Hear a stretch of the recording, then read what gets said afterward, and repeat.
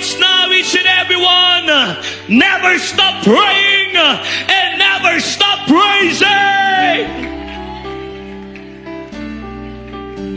Pastor, hindi ko kaya ma-spelling ang sitwasyon.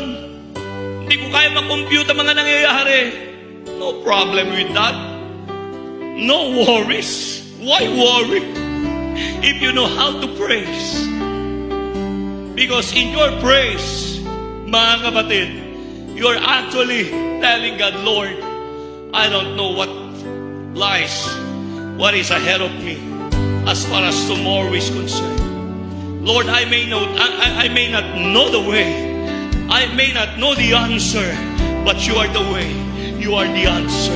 That is what you are telling God when you are turning, converting, elevating your prayer into praise. Alam nyo, ang faithfulness ay makikita sa panahon ng kagipitan, karamdaman. Praise God, minsan maglalakad ka na lang papuntang church. It's a kind of faithfulness. Minsan may karamdaman ka, patuloy ka pa rin naglilingkod sa Panginoon. It's a sign of faithfulness. Minsan darating sa buhay natin, walang-wala na tayo, ngunit nanatili pa rin matamis ang espiritu mo. It's a kind of showing faithfulness, mga kapatid.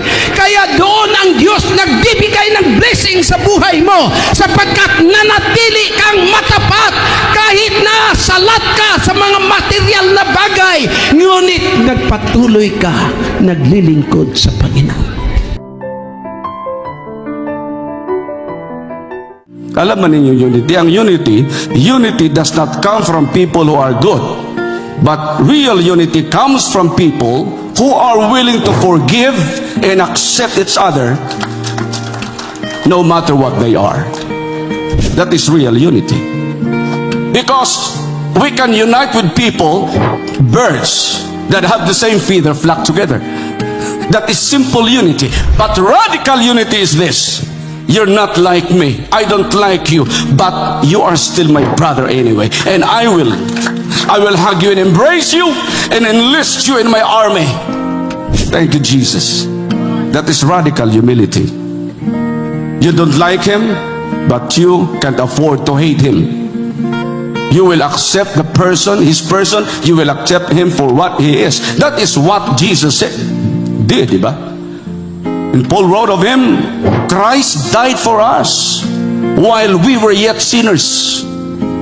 We were sinners, but Christ accepted us as we were. Amen. Dili gyud nato walaon ang atong prayer. Di nato walaon palihog. Ayaw wala ang imong personal prayer. Lisod para sa amo nga mga pastor nga maghulat mo nga sugoon mo namo nga mo ampo nga imuha man ang responsibilidad nga mo ampo kay lahi ra gyud ang baga nga nagbaga nga mosulod diri sa simbahan kaysa uga kaayo ka. Mga igsoon, daghan kayog patay sa church.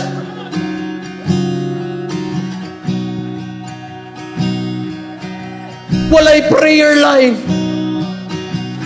Di nagadaig. Wala ang pagtuo. Salamat, mawalihan mo ani. Pail palangga mo ka sa Dios. Ginapukaw-pukaw ka. Ayaw pabilin nga patay. Daiga ang Diyos, simba ang Diyos. Ayaw ka ulam mo hilak, ayaw ka ulam mo abre sa imong baba. Kaya wa ka nag-abre, wa ka nagdayeg para sa tao, nagdayeg ka para sa buhi ng Diyos. Isaiah 56:7. And all these I will bring to my holy mountain and make them joyful in my house of prayer. Joyful in the house of prayer. Malipayon, their burnt offerings and their sacrifices will be accepted on my altar, for my house will be called a house of prayer for all, not just half of the people, not just 3/4 of the people, but all. Inayam katapat, apil ka mo ampo. Kaya kayo nandito dahil papunta na kayong impyerno. ang buhay nyo ay taliwas sa salita ng Diyos. Pero alam nyo ba, mahal kayo ng Panginoon dahil buhay pa rin kayo ngayon. Binibigyan kayo ng pag-asa, mga kapatid. Binibigyan pa kayo ng grace and time and period to repent of your sins at tanggapin ang ating Panginoon. Hallelujah! Mga bisita, gusto nyo bang masalubong si Haring Jesus? Gusto ba natin makapasok sa langit? Mag-prepare ka na. Magsisi sa kasalanan. Magpabautismo sa pangalan ni Jesus. Tanggapin ang Holy Ghost. This is more than religion. This is preparation. Sino excited ma-meet ang Panginoon? Sino excited ma-meet ang Panginoon? Huwag ka lang umupo dyan ng D4. Huwag ka lang umupo dyan ng tahimik at tulala at inaantok. I'm gonna meet Him someday. One day we're gonna see Pastor Ray. One day we're gonna see Kuya Michael up there. We must be ready any minute now for the sound of the trumpet.